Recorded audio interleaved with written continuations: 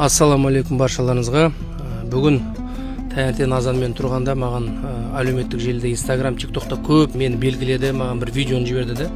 Соны сізбен бөліскім келіп жатыр сіздермен. Нихуя подышкивает скайся.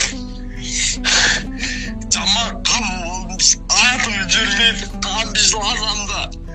Баши атқа жармай, әрі өп-бұрым не атым жармай, не керек дейтін адам жар. Енді жалпы мұнда жас бала бір көкпарға барып, бір сәтсіздіктер болып, сол жүректегі мұңын айтып, уайым қайғысын айтып, енді біреулерге голосовой жіберген. Мен есіме қазір бір Мұхтар Шахановтың бір жақсы сөздері келіп жатыр.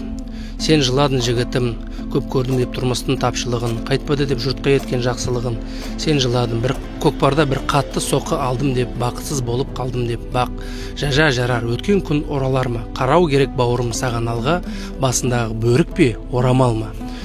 Сонымен жақсы сөздерді бұл інімнің несін мұнын түсініп отыра. Мен бұл баланы тапқым келіп жатыр, маған хабарласын, осы нешек Астанаға бұйырса келсін, мен оған жақсы бір көкпардың атын бұйырса сыйға тартқым келіп тұр. Осындай действительно фанат бала ғой, фанат бала болғанандай біреулер күлет жылап жатыр деп, біреулер мазақтайды деген сияқты оған қарамаңдар. Бұл негізі ол действительно фанат бала да, эмоциясын білдіртіп жатыр да, зато біз естіп қолдау көрсетейік деп жатырмыз бұйырса. Сол үшін інім, мен сенді түсірме, бәрі алдыда, бұйырса сен үлкен палуан шабандоз боласың, біз сені қолдаймыз.